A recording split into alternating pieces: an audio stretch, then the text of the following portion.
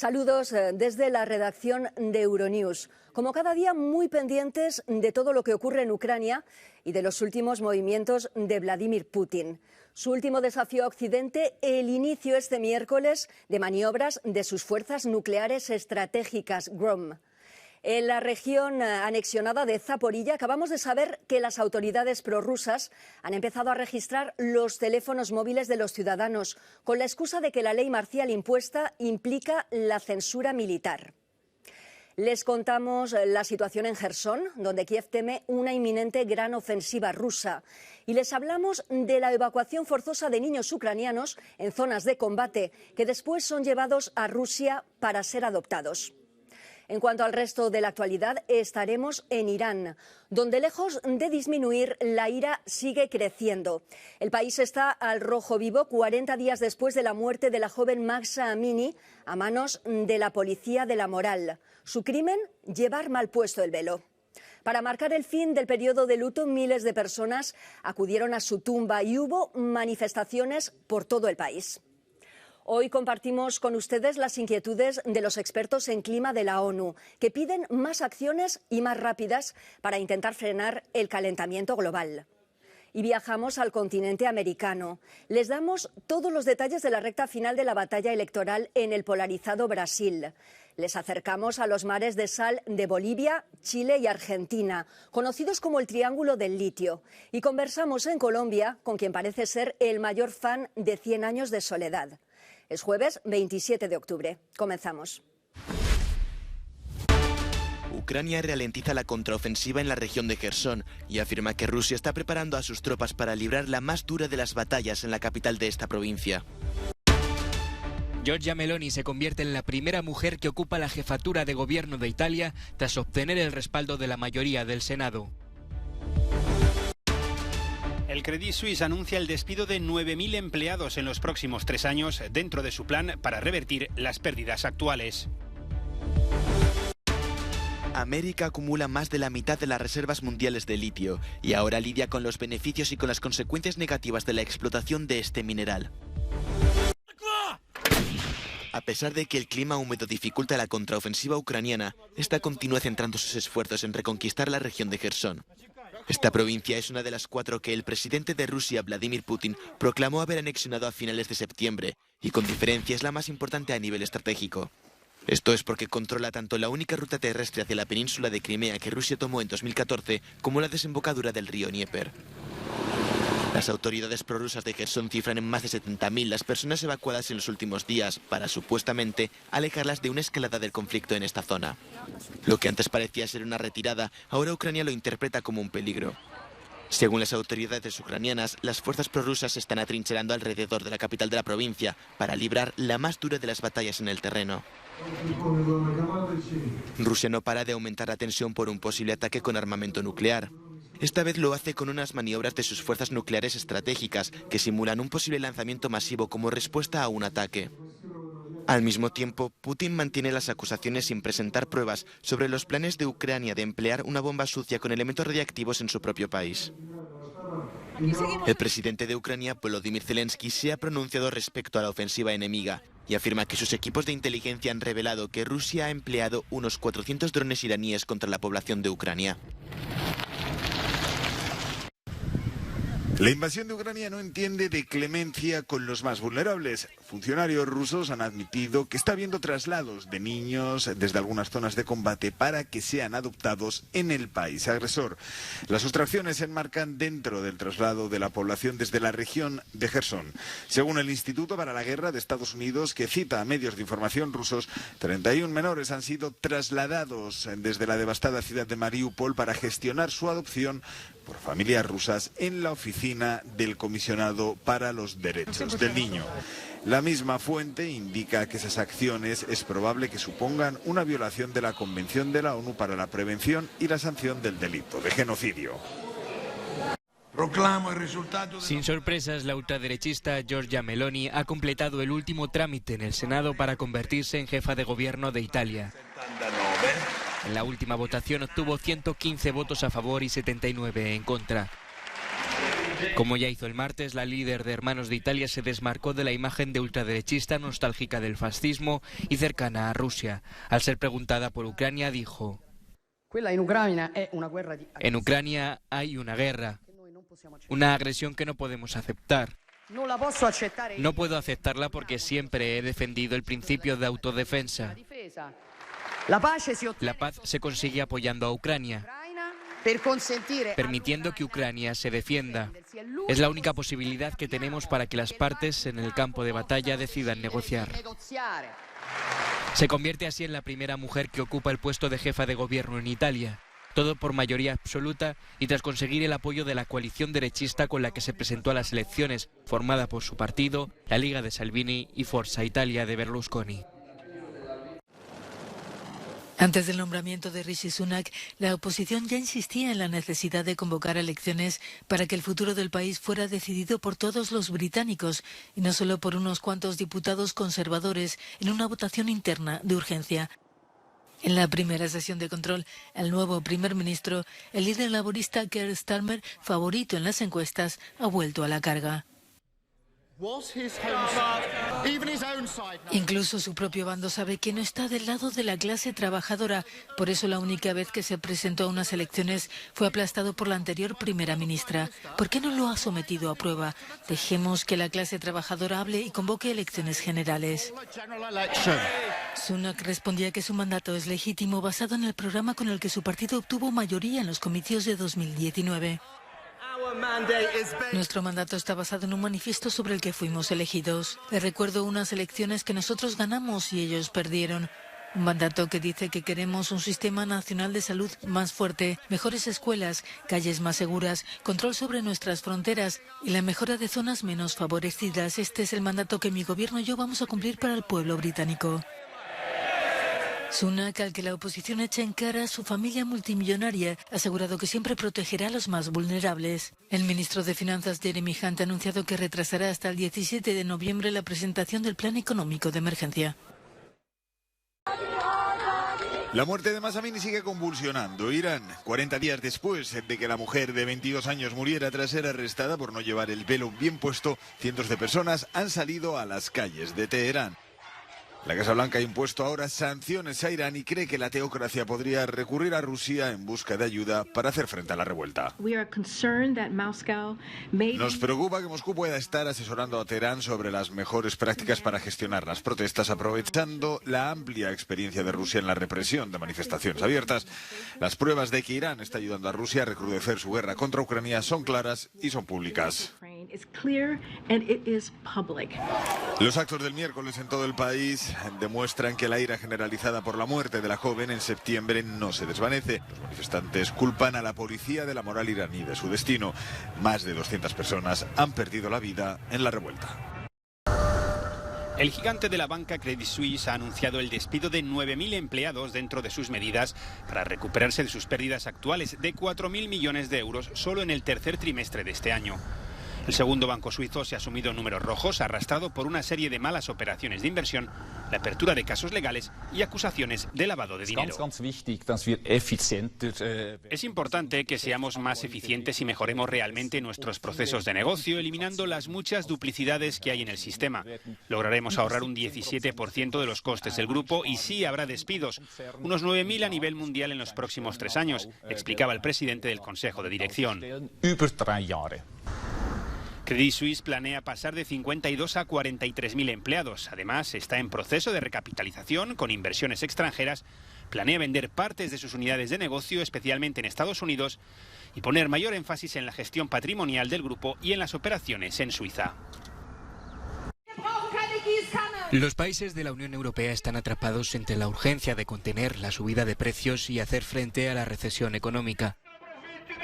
La zona euro se ve especialmente afectada por este dilema, ya que se espera que el Banco Central Europeo suba los tipos de interés el jueves para evitar un tsunami inflacionista. La tarea del Banco Central Europeo es aún más difícil debido a los diferentes niveles de inflación de las principales economías de la zona euro. La subida de los tipos de interés no puede ser selectiva. Es una medida monetaria colectiva, independientemente de la tasa de inflación real de cada país. Nosotros tenemos una sola política monetaria frente a 19 políticas fiscales presupuestarias ineficientemente coordinadas y con orientaciones diferentes. La ruptura entre las diferentes medidas de apoyo económico a la población ha demostrado una enorme diferencia, incluso entre los grandes países. Hemos hablado de los 200.000 millones de euros que ha destinado Alemania. Incluso Francia destinó importantes sumas desde el año 2021. Sin embargo, todas estas políticas no se han coordinado a nivel europeo. La descoordinación de las políticas económicas es el talón de Aquiles del euro frente a otras grandes economías como la estadounidense, donde la coherencia entre la política monetaria y las medidas presupuestarias son más eficaces para luchar contra los riesgos de recesión. El índice de gestión de compras, SIP, es un indicador eficaz de las actividades de compra de las empresas.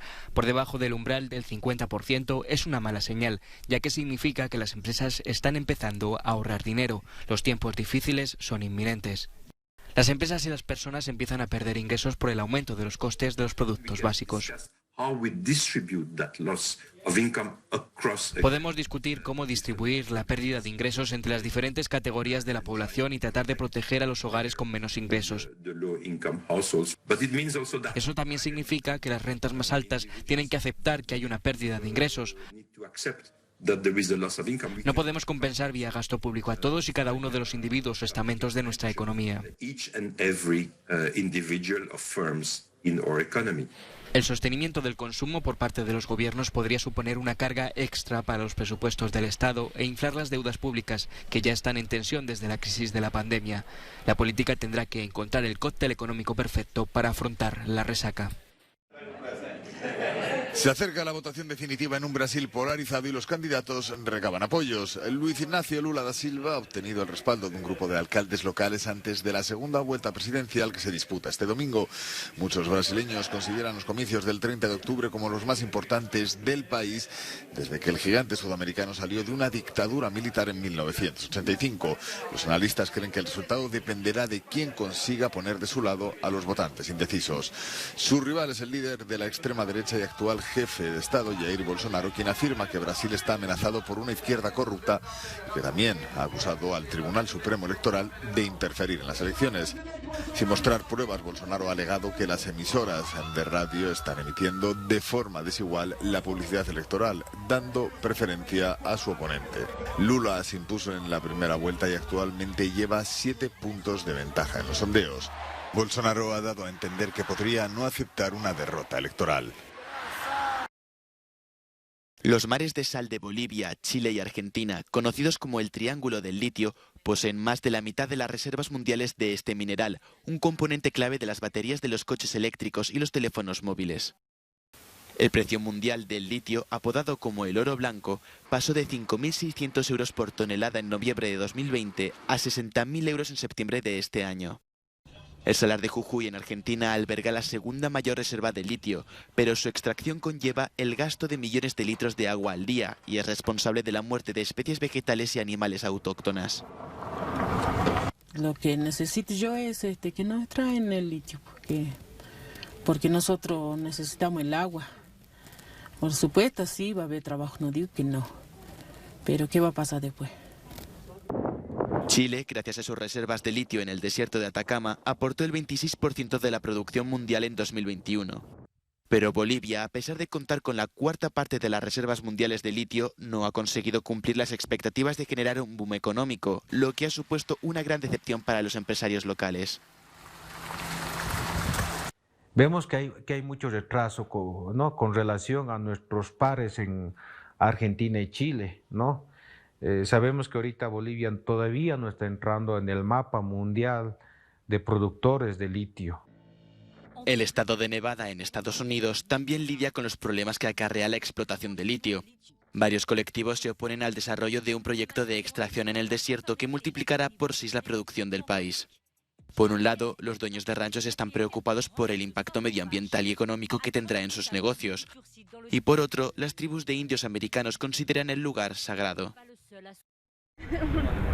La ONU advierte de que el mundo no está haciendo lo suficiente para combatir el calentamiento global. El año pasado, durante la conferencia sobre el cambio climático, la COP26, celebrada en la ciudad escocesa de Glasgow, todos los países acordaron revisar y reforzar sus compromisos. Sin embargo, solo 24 de las 193 naciones presentaron planes actualizados a la ONU.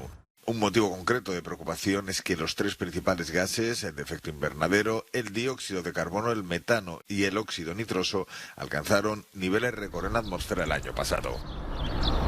En todos esos tres gases hemos vuelto a batir nuevos récords, por lo que hasta ahora no hemos visto ninguna mejora real en la atmósfera. Y, por ejemplo, durante el último par de años hemos visto cierres en muchos países en los que las emisiones de dióxido de carbono han disminuido, pero debido a su larga duración no hemos visto ninguna mejora en la atmósfera real.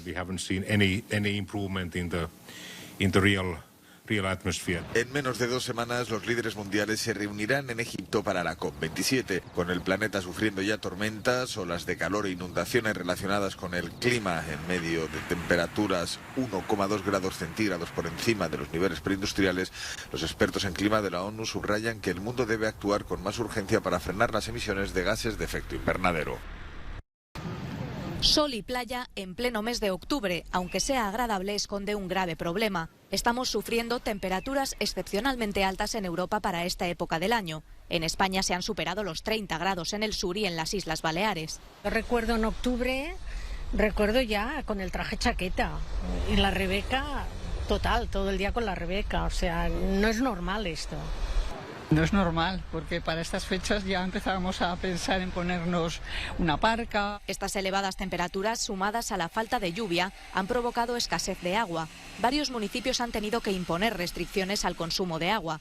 En esta localidad de Tarragona, los pozos se han secado y las reservas del depósito municipal están por debajo del 10%, solo alcanzan para un día.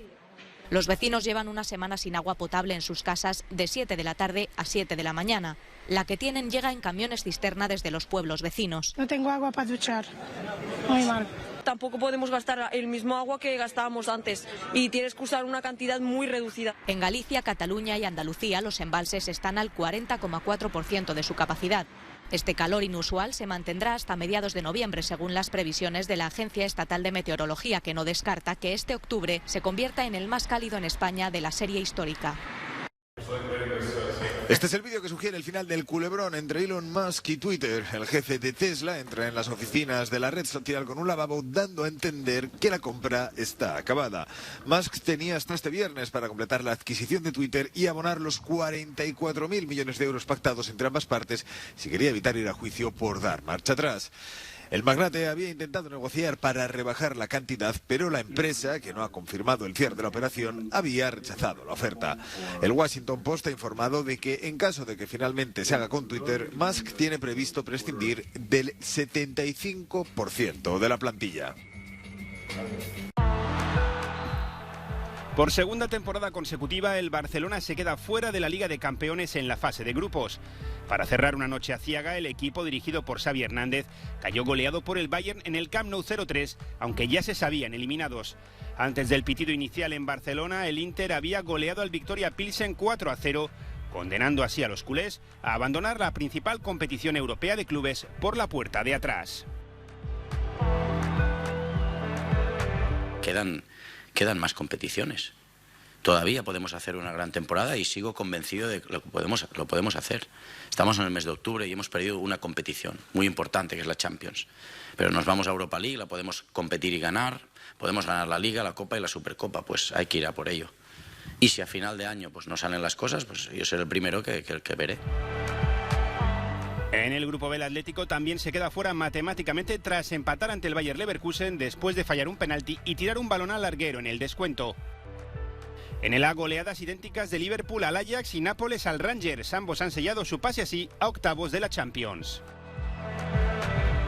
Y en el D, todo por decidir en la última jornada tras la victoria del Eintracht y el empate entre Tottenham y Sporting. Los 4 equipos están separados por solo 2 puntos.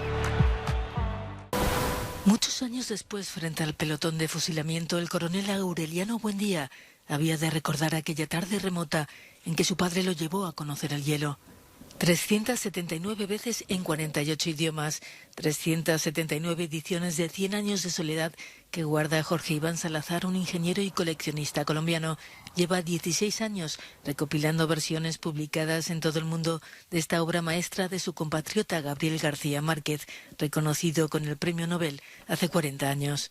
Tenemos albanés, alemán, árabe, armenio, azerí, bosnio, búlgaro, catalán, chino, así hasta tamil, turco, ucraniano, uzbeco, vietnamita.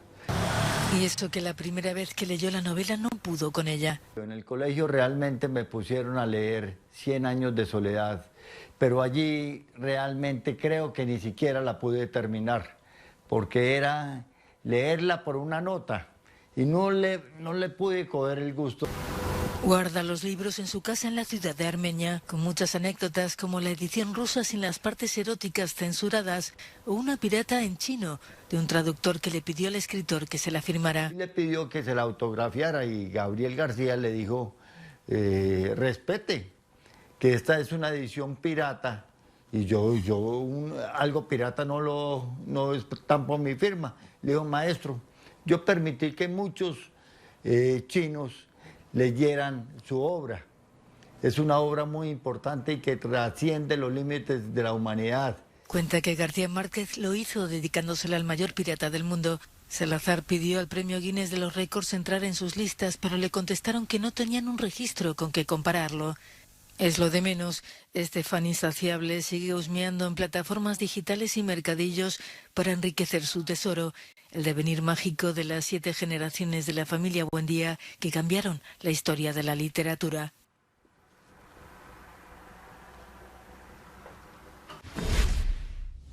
Hasta aquí esta edición de Euronews hoy. Gracias por su compañía y su fidelidad. Recuerden que pueden seguir toda la actualidad a través de nuestro canal Euronews, de nuestra página web y, por supuesto, a través de las redes sociales.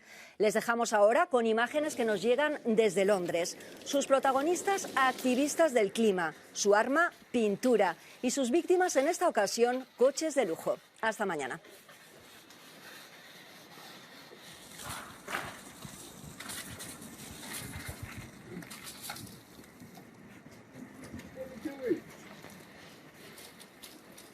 What a disgrace.